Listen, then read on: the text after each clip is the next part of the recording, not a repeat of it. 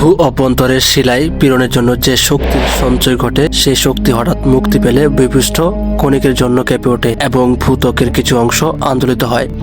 এইরূপ আকস্মিক ও ক্ষণস্থায়ী কম্পনকে ভূমিকম্প বলে। সাধারণত কম্পন তরঙ্গ থেকে যে শক্তির সৃষ্টি হয় তা ভূমিকম্পের মাধ্যমে প্রকাশ পায়। এই তরঙ্গ ভূগর্ভের কোনো নির্দিষ্ট অঞ্চলে উৎপন্ন হয় এবং উৎসস্থল থেকে তা চতুর্দিকে ছড়িয়ে পড়ে। তো চলুন দেখে নেওয়া যাক সম্ভব টিভির আজকের ভিডিওতে কেন ভূমিকম্প হয়। ভূমিকম্প সাধারণত কয়েক সেকেন্ড থেকে 1-2 মিনিট স্থায়ী হয়, তবে খুবই কম সংখ্যক কিছু ভূমিকম্প 8 থেকে 10 মিনিট পর্যন্ত স্থায়ী হয়। মাঝে মাঝে কম্পন এত দুর্বল হয় যে তা অনুভব করাও যায় না, কিন্তু শক্তিশালী ও বিধ্বংসী ভূমিকম্পের ঘরবাড়ি ও ধন সম্পত্তির ব্যাপক ক্ষয়ক্ষতি হয় এবং অসংখ্য প্রাণহানি ঘটে। সাধারণ জ্ঞানে ভূমিকম্প শব্দটি দ্বারা যে কোনো প্রকার ভূমিকম্পনজনিত ঘটনাকে বোঝায়, সেটা প্রাকৃতিক বা মানুষ সৃষ্টির যাই হোক না কেন। বেশিরভাগ ভূমিকম্পের কারণ হলো ভূগর্ভে ফাটল ও স্তরচ্যুতি হওয়া, কিন্তু সেটা অন্যান্য কারণেও যেমন অগ্নুৎপাত, ভূমিধস, খনিতে বিস্ফোরণ বা ভূগর্ভস্থে নিউক্লিয়ার গবেষণায় ঘটানো আণবিক পরীক্ষা থেকেও হয়ে থাকে। ভূগর্ভে ভূমিকম্পের প্রাথমিক ফাটলকে বলে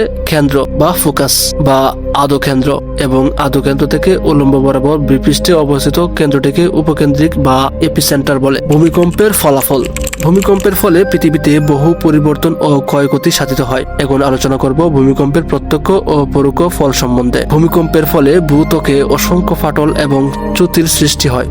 কখনো এতে সমুদ্রতলের অনেক স্থান উপরে ভেসে ওঠে, কখনো স্থলভাগের অনেক স্থান সমুদ্রতলে ডুবে যায়। অনেক সময় নদীর গতি পরিবর্তিত বা বন্ধ হয়ে যায়। ভূমিকম্পের ঝাঁকুনিতে পর্বত গাত্র থেকে বড় বড় বরফখণ্ড হঠাৎ নিচে পতিত হয় এবং পর্বতের পাদদেশে ব্যাপক ক্ষতি সাধন করে। ভূমিকম্পের ধাক্কায় সমুদ্রের পানি তীর থেকে নিচে নেমে যায় এবং কিছু পরে ভীষণ গর্জন সহকারে 15 থেকে 20 মিটার উঁচু হয়ে ঢেউয়ের আকারে উপকূলে এসে আছড়ে পড়ে। এই ধরনের জলোচ্ছ্বাসকে সুনামি বলে। 2004 সালের 26শে ডিসেম্বর ভূকম্পনের ফলে সৃষ্ট সুনামির আঘাতে Indonesia, Malaysia, Sri Lanka, Thailand, Bharat প্রভৃতি দেশে ব্যাপক জানমালের ক্ষতি হয়।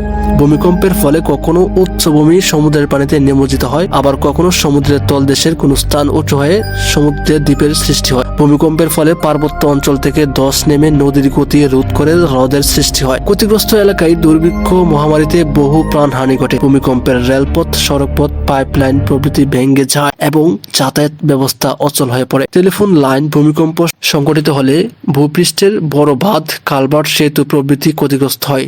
এছাড়া অনেক সময় সুনামির সৃষ্টি হয়।